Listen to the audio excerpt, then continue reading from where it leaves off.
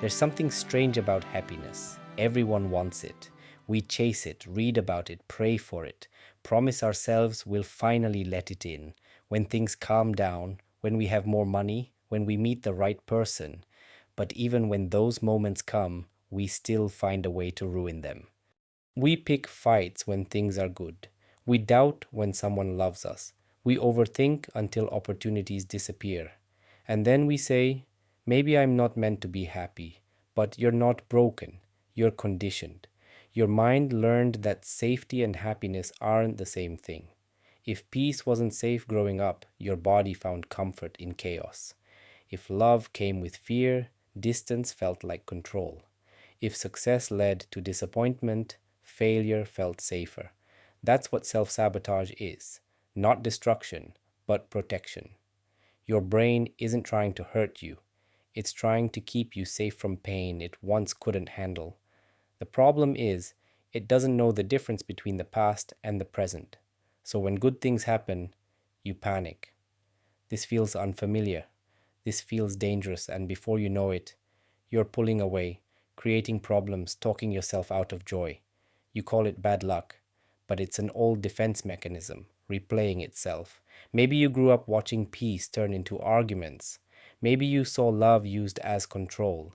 Maybe happiness always came before pain. So you started bracing for impact. You believed joy always comes with a price.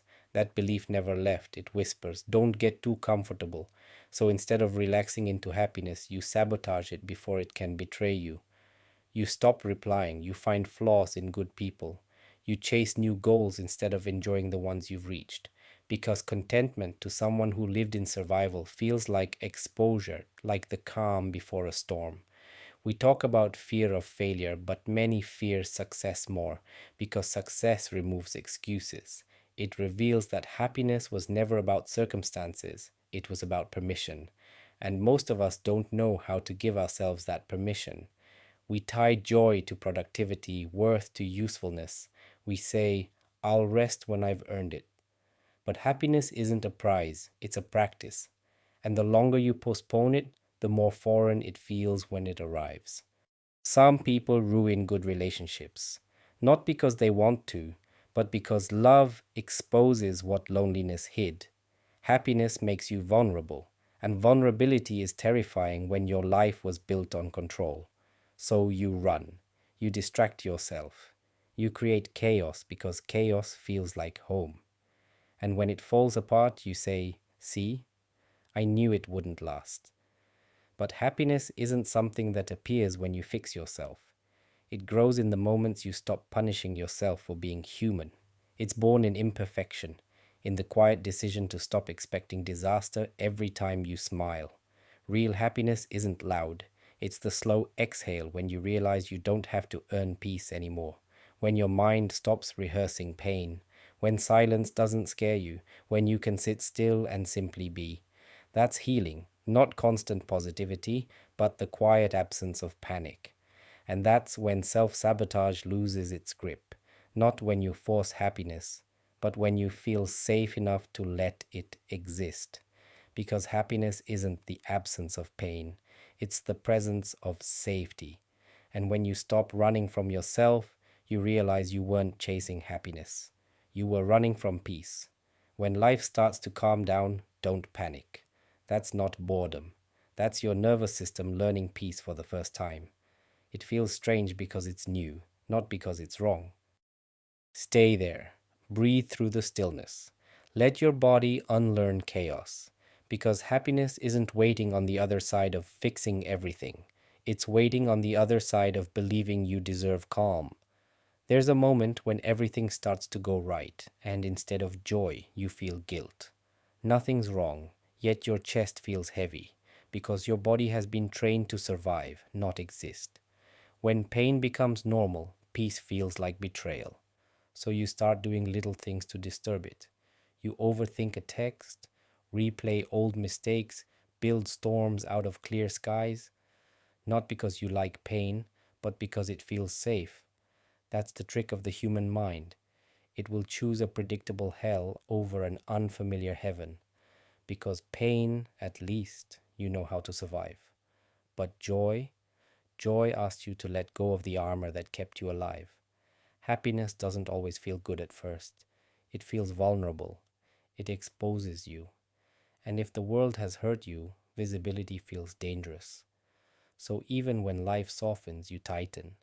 You wait for the other shoe to drop. We crave something for years, then push it away when it arrives. We say we want love, then question it. We say we want success, then feel unready. We say we want freedom, then fill it with noise. That's self-sabotage, avoidance of the unfamiliar. Your mind isn't broken. It's loyal to the version of you that believed peace was unsafe. And then guilt enters. Guilt for resting, for feeling good, for walking away from what once defined you. You call it selfishness, but it's self-permission. We live in a world that glorifies exhaustion, that measures worth by productivity. So even when you break free, your mind whispers, you haven't done enough to feel this good. But peace isn't earned, it's allowed. It begins when you stop negotiating with your pain. Think about it. How many times have you ruined a good day with a bad memory? How many times has joy risen in your chest only for you to think, this won't last? That's not intuition, that's programming. It's your brain trying to protect you from hope. Hope feels dangerous when life taught you it leads to hurt. So you shrink it, mock it, call it realism. But deep down, there's a quieter voice, the one that still remembers what it felt like to be light. That voice is your real self. Every act of self-sabotage is a way of silencing that voice because it threatens the identity pain built.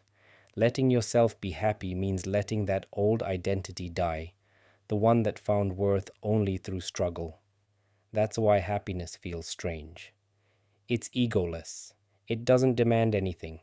It just exists. And we're not used to existing without earning it. Little by little, you learn a new rhythm.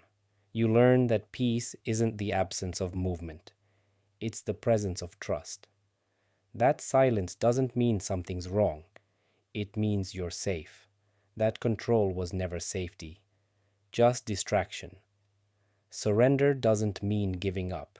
It means letting life happen without assuming it will hurt you, trusting that not every calm day hides a storm, believing that you're allowed to feel good without earning it. Your nervous system will still flinch at peace, but each time you stay instead of run, you rewire something inside.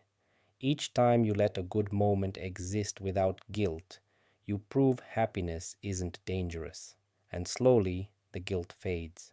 You realize joy doesn't make you selfish. It makes you whole. You stop apologizing for peace. You stop dimming your light. You start noticing the quiet kind of happiness, the one that lives in ordinary moments. Because happiness isn't about erasing sadness. It's about giving it less power. It's not about never falling. It's about not fearing the fall. And when you reach that point, self-sabotage has nothing left to protect you from. That's when peace starts feeling like home. You get tired of the loop, of ruining what you prayed for, of explaining the same pain in new words. You realize no one is coming to save you, and that's freedom. Because if no one's coming, you're free to rebuild yourself. That's where healing begins, not with affirmations, but awareness. You start seeing how much of your pain comes from your own mind replaying an old story. And if your mind built the pattern, it can unbuild it too. Reprogramming happens in small moments, when you catch yourself before self-destructing, and instead, you pause. That pause is everything, because the brain doesn't care about what's right, only what's familiar. Awareness breaks that cycle. You start noticing how your body reacts when things go right, how your heart races when life feels calm, how your mind looks for flaws when things are good.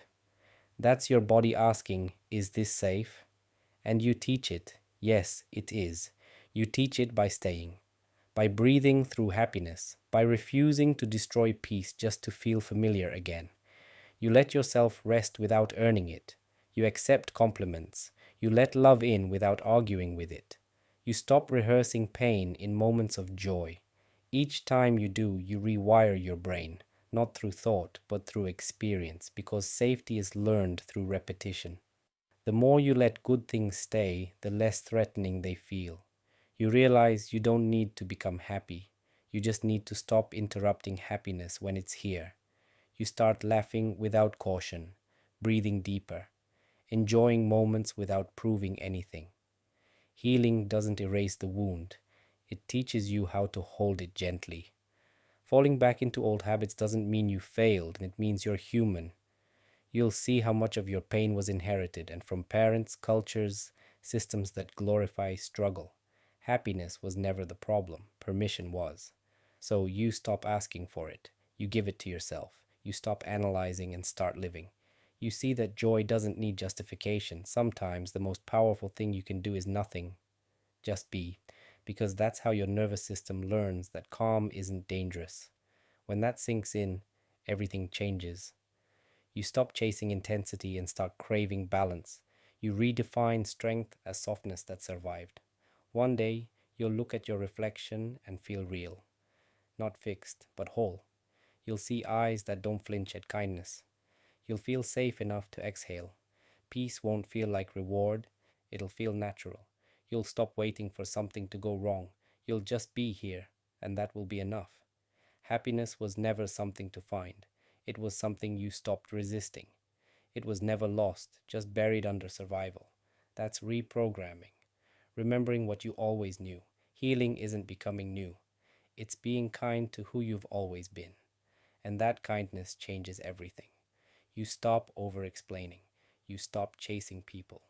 You start choosing calm over control, silence over proving, letting go over holding tight. You start attracting better things, not because the world changed, but because your energy did. Stillness invites peace, and peace starts showing up everywhere, in light, in laughter, in the simple act of breathing without fear. Life was never meant to be a chase between pain and relief. It was meant to be a rhythm. Your job isn't to control the tide, only to learn to float. So when things go wrong, you breathe. You stop letting pain define your worth. You stop running from it. You remember that peace isn't the reward for surviving, it's the state of existing. And the world will test you. Old triggers will return. But instead of reacting, you'll smile. Because healing doesn't need to be announced. It's visible in how little chaos you allow. One day, someone will say, "You've changed." And you'll nod, not with pride, but peace, because you have. You no longer destroy yourself to keep others comfortable. You've outgrown the version of you that needed pain to feel real. Now you live softer, love cleaner, breathe deeper. Because happiness isn't loud, it's quiet. It's the way you smile at things you used to fear, the way your shoulders drop when you realize there's nothing left to prove. That's the kind of happiness that lasts, the kind that survives bad days because it isn't built on perfect ones. Maybe that's what the journey was always about. Not learning how to be happy, but learning how to allow it. To stop glorifying pain as proof of love. To stop chasing peace in the world instead of within yourself. When you understand that, you forgive everything. You forgive others, yourself, and life itself. Because it wasn't happiness that hurt you. It was the fear of losing it. Once you stop fearing that, you're free. You realize life's purpose was never to be happy all the time, but to be present all the time. And when you're present, happiness becomes a side effect. So now, when good things happen, you let them. You say, "Thank you," and mean it.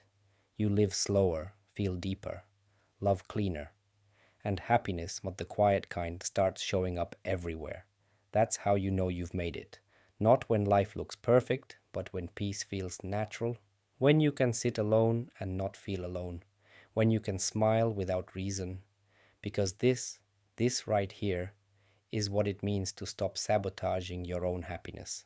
It's the moment you stop trying to deserve what was already yours. This was Mind After Life. If this story reached you, let it stay. Let it remind you. You don't have to earn peace. You don't have to apologize for joy. You don't have to suffer to be worthy. You are allowed to feel good. Maybe not tomorrow, maybe not every day, but eventually you will. And when you do, don't ask why now, just whisper, finally.